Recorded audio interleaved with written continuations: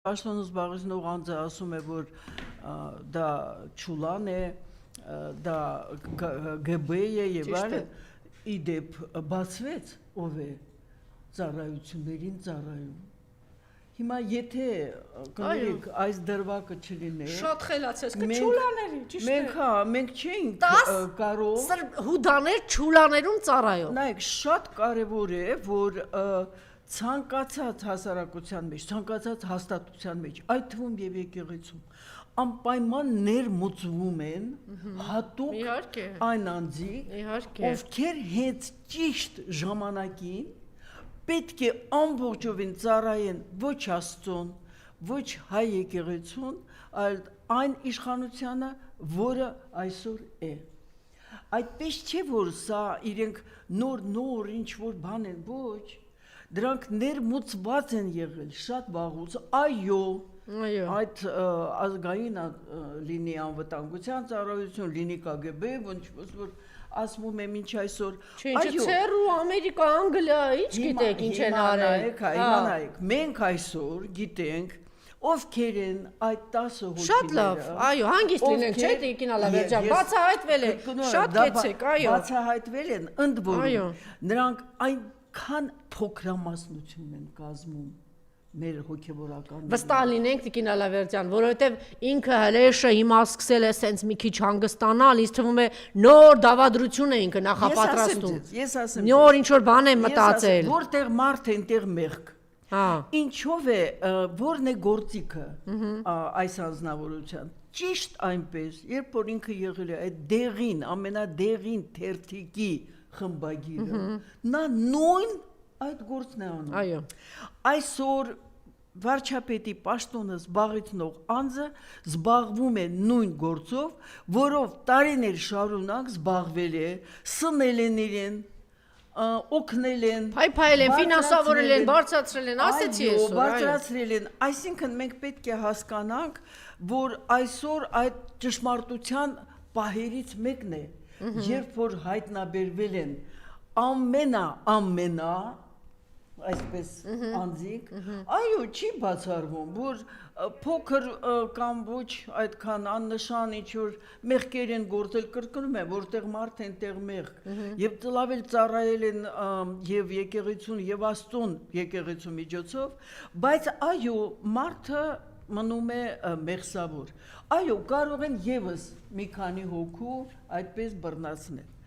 և ես պետք է միայն հստակ մի բան ասեմ, նրանք, ովքեր Աստծուն են հավատում, այլ ոչ թե այդ ոսկյա ցելիկին, որոնք որ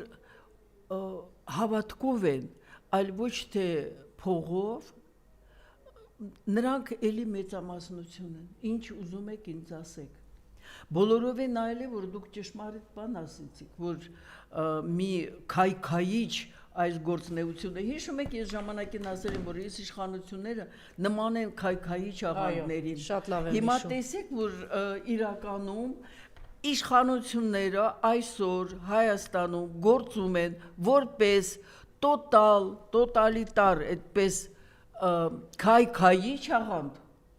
Եվ երբ որ ես ասում եմ տոտալիտարը, նշանակում է իրենք կապեր ունեն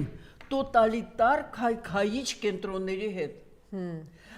Եվ այստեղից է իրենց այսպես ասած ուժը, իրականում կրկնում եմ, նրանք իրենցից որպես անաստված, որպես հակաքրիստոնյա, որպես Աստծուն, որպես քաղաքական գործիք օգտագործող ես մեղա, այսպես ասած իշխանություն,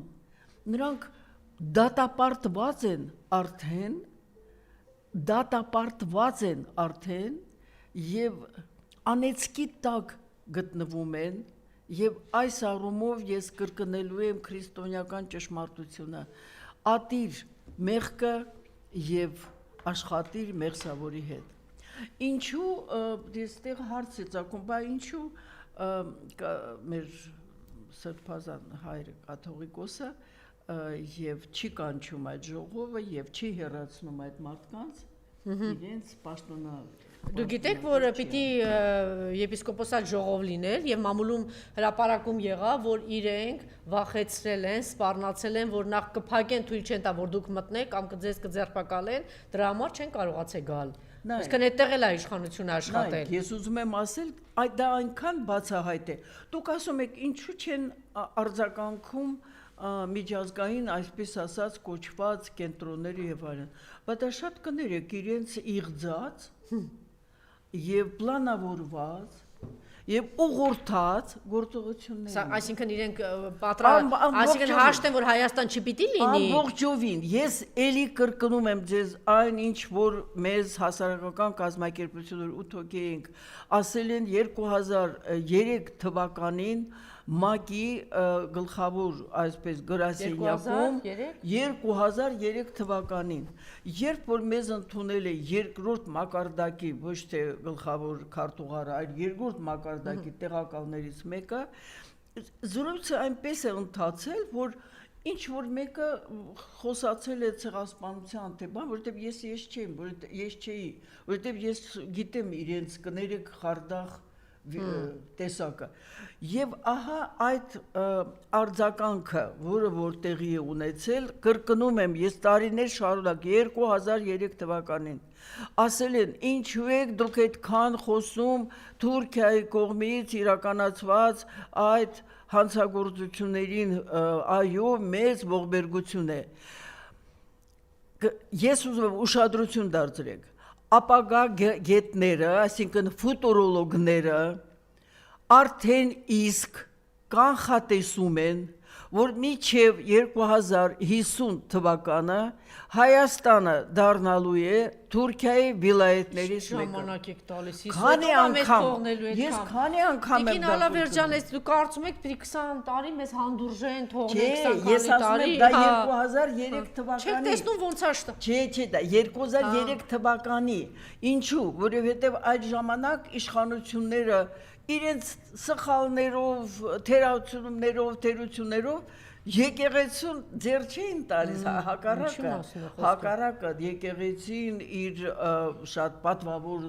դերն ուներ մենք սահմանադրության մեջ հատուկ Իմիջիայլոց դուք դիմեցիք Հրանուշ Խառատյանը, որ շատ բան պահում էր, արժանապատվորեն բոլոր աղանդավորական ուժերի անձանց իրավունքները, դուք քանի որ մտերիմ եք եղել, առիթ ունեցաք հարցնելու, Տիկին Խառատյան, ցածր ձայնով, հայ առաքելական եկեղեցին տերորի է ենթարկում, ահաբեկվում է, կարելի է մի նախադասություն գոնե ասել եւ պաշտպանել, օրինակ։ Ես պետք է այսպես գաղտնիք չէ որ բացում եմ, Տիկին Հրանուշը հավատացյալ չէ, այսինքն ինքը ինչ կապ ունի, ինքը կարող է Եհովայի վկայել մասոն էր, որ պաշտպանում էր։ Ինքը այսօր պաշտոնյա չէ։ Ինչ կապ ունի, որպես քաղաքացի մտավորական։ Երրորդը կրկնում եմ։ Մենք պետք է հստակեցնենք, որ Հայաստանի Հանրապետությունում ժամանակին շատ ակտիվ առնվազն իրենց մտավորական համարող անձանց մեջ պարակտում ավելի շուտ է տեղի ունեցել, քան եկեղեցականների մոտ։ Կամ պետք է